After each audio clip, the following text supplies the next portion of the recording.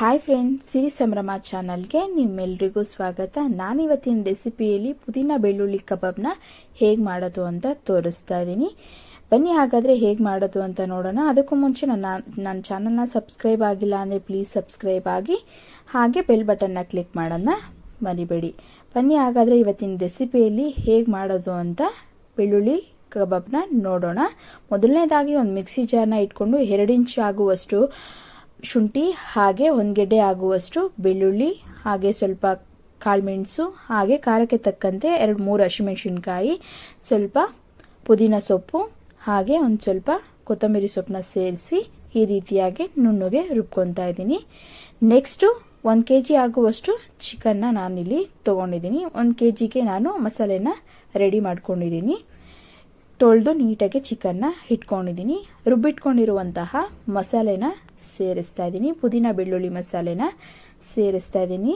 ನೀರು ಹಾಕೊಳ್ಳೋದಕ್ಕೆ ಹೋಗಬೇಡಿ ರುಬ್ಬೇಕಾದ್ರೆ. ನೆಕ್ಸ್ಟು ಒಂದು ಮೊಟ್ಟೆನ ಸಹ ಒಡೆದು ಸೇರಿಸ್ಕೊತಾ ಇದ್ದೀನಿ. ಹಾಗೆ 2 ಸ್ಪೂನ್ ಆಗುವಷ್ಟು ಕಡಲೆ ಹಿಟ್ಟನ್ನು ಸೇರಿಸ್ತಾ ಇದ್ದೀನಿ. ಹಾಗೆ 2 ಸ್ಪೂನ್ ಆಗುವಷ್ಟು ಕಾರ್ನ್ಫ್ಲೋರ್ನು ಸಹ ಸೇರಿಸ್ತಾ ಇದ್ದೀನಿ. ಇನ್ನೂ ಸ್ವಲ್ಪ ಕ್ರಿಸ್ಪಿ ಆಗಬೇಕಂದ್ರೆ 3 ಸ್ಪೂನು ಸಹ ಹಾಕೊಬೋದು. ನಾನಿವತ್ತು 2 ಸ್ಪೂನ್ ಆಗುವಷ್ಟು ಕಾರ್ನ್ಫ್ಲೋರು, ಹಾಗೆ 1/4 ಸ್ಪೂನ್ ಆಗುವಷ್ಟು ಜೀರಿಗೆ ಪುಡಿ, ಹಾಗೆ 2 ಸ್ಪೂನ್ ಆಗುವಷ್ಟು ವಿನಿಗರ್ನ ಸೇರಿಸ್ತಾ ಇದ್ದೀನಿ. ವಿನಿಗರ್ ಆದರೂ ಹಾಕೊಳ್ಳಿ, ಇಲ್ಲ ಅಂತಂದರೆ ನಿಂಬೆ ರಸನೂ ಸಹ ಸೇರಿಸ್ಕೊಬೋದು. ನಾನಿವತ್ತು ವಿನಿಗರ್ನ ಯೂಸ್ ಮಾಡಿ ಚೆನ್ನಾಗಿ ಕಲಸಿ ಇಟ್ಕೊತಾ ಇದ್ದೀನಿ. ನೆಕ್ಸ್ಟು ಎಲ್ಲನೂ ಕಲಸಿದ್ದಾದಮೇಲೆ ಒಂದು ಅರ್ಧ ಗ್ಲಾಸ್ನಾಗುವಷ್ಟು ಮೊಸರು, ಗಟ್ಟಿ ಮೊಸರು, ಹಾಗೆ ರುಚಿಗೆ ತಕ್ಕಷ್ಟು ಉಪ್ಪನ್ನ ಸೇರಿಸಿ ಚೆನ್ನಾಗಿ ಮಿಕ್ಸ್ ಮಾಡ್ಕೊಳ್ಳೋಣ. ನೋಡಿ, ಈ ರೀತಿಯಾಗಿ ಕೈಯಲ್ಲಿ ಚೆನ್ನಾಗಿ ಮಿಕ್ಸ್ ಮಾಡಿಕೊಂಡು ಒಂದು 1/2 ಅವರ್ ಇಲ್ಲ 1 ಅವರ್ ಆದರೂ ಫ್ರೀಝರಲ್ಲಿ ಇಡೋಣ.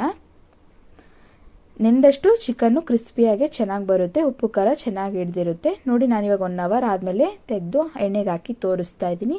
ಈ ರೀತಿಯಾಗಿ ಹೈ ಫ್ಲೇಮ್ ಇಟ್ಕೊಂಡು ಒಂದೊಂದಾಗಿ ಚಿಕನ್ನ ಎಣ್ಣೆಗೆ ಎಲ್ಲನೂ ಸೇರಿಸಿ, ಹೈ ಫ್ಲೇಮಲ್ಲೇ ಇರಬೇಕು, ಕಮ್ಮಿ ಮಾಡ್ಕೊಳ್ಳೋಕೆ ಹೋಗಬೇಡಿ, ಇಲ್ಲಾಂದರೆ ಎಲ್ಲನೂ ಎಣ್ಣೆ ಕೊಟ್ಬಿಡುತ್ತೆ. ನೋಡಿ, ಈ ರೀತಿಯಾಗಿ ಎಲ್ಲ ಚಿಕನನ್ನು ಹಾಕಿ ನಿಧಾನವಾಗಿ ಎಲ್ಲನೂ ತಿರುಗಿಸ್ಕೊಂಡು ಕ್ರಿಸ್ಪಿಯಾಗಿ ಕಲರ್ ಚೇಂಜ್ ಆಗೋವರೆಗೂ ಬೇಯಿಸ್ಕೊಳ್ಳೋಣ. ನೋಡಿ, ಈ ರೀತಿಯಾಗಿ ಕ್ರಿಸ್ಪಿಯಾಗಿ ಚೆನ್ನಾಗಿ ಕಲರ್ ಚೇಂಜ್ ಆಗೋವರೆಗೂ ನಾನಿವಾಗ ಪುದೀನ ಬೆಳ್ಳುಳ್ಳಿ ಕಬಾಬ್ನ ಬೇಯಿಸ್ಕೊಂಡಿದ್ದೀನಿ. ಹಾಗೆ ಮತ್ತೆ ಉಳಿದಿರುವಂಥ ಚಿಕನ್ನು ಸಹ ಅದೇ ರೀತಿಯಾಗಿ ಎಲ್ಲನೂ ಸಹ ಬೇಯಿಸ್ಕೊಂಡು 3/4 ಭಾಗ ಬೆಂದಿರಬೇಕಾದ್ರೆ ಜಜ್ಜಿಟ್ಕೊಂಡಿರುವಂಥ 1 ಗೆಡ್ಡೆ ಬೆಳ್ಳುಳ್ಳಿನ ಸೇರಿಸಿ, ಹಾಗೆ ಸ್ವಲ್ಪ ಕರಿಬೇವಿನ ಸೊಪ್ಪನ್ನು ಸಹ ಸೇರಿಸಿ ಚೆನ್ನಾಗಿ ಫ್ರೈ ಮಾಡ್ಕೊತಾ ಇದ್ದೀನಿ. ಬೆಳ್ಳುಳ್ಳಿ ಘಮ ತುಂಬಾ ಸೂಪರಾಗಿ ಬರ್ತಿದೆ, ಟೇಸ್ಟು ಅಷ್ಟೇ ತುಂಬಾ ಚೆನ್ನಾಗಿ ಬಂದಿದೆ ಬೆಳ್ಳುಳ್ಳಿ ಪುದೀನ ಕಬಾಬು. ನೋಡಿ, ಇವಾಗ ರೆಡಿ ಆಗಿದೆ. ನಾನೆಲ್ಲನೂ ಇವಾಗ ಎಣ್ಣೆಯಿಂದ ತೆಗೆದು ನಿಮಗೆ ತೋರಿಸ್ತಾ ಇದ್ದೀನಿ. ನೋಡಿ, ಈ ರೀತಿಯಾಗಿ ಎಲ್ಲನೂ ತೆಗೆದು ಇಟ್ಕೊಂಡಿದ್ದೀನಿ. ನೋಡಿ, ಈಗ ಪುದೀನ ಚಟ್ನಿ ಜೊತೆಗೆ ಪುದೀನ ಬೆಳ್ಳುಳ್ಳಿ ಕಬಾಬ್ ತುಂಬಾ ಟೇಸ್ಟಿಯಾಗಿ ರೆಡಿಯಾಗಿದೆ.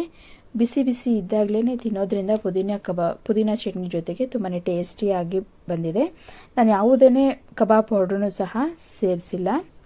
ಈ ರೀತಿಯಾಗಿ ಮನೇಲೇ ಸಿಂಪಲ್ಲಾಗಿ ಪುದೀನ ಬೆಳ್ಳುಳ್ಳಿ ಕಬಾಬ್ನ ಈಸಿಯಾಗಿ ಮಾಡ್ಕೊಬೋದು. ನೋಡಿ, ನಾನಿವಾಗ ಒಂದು ತಿಂದು ತೋರಿಸ್ತಾ ಇದ್ದೀನಿ.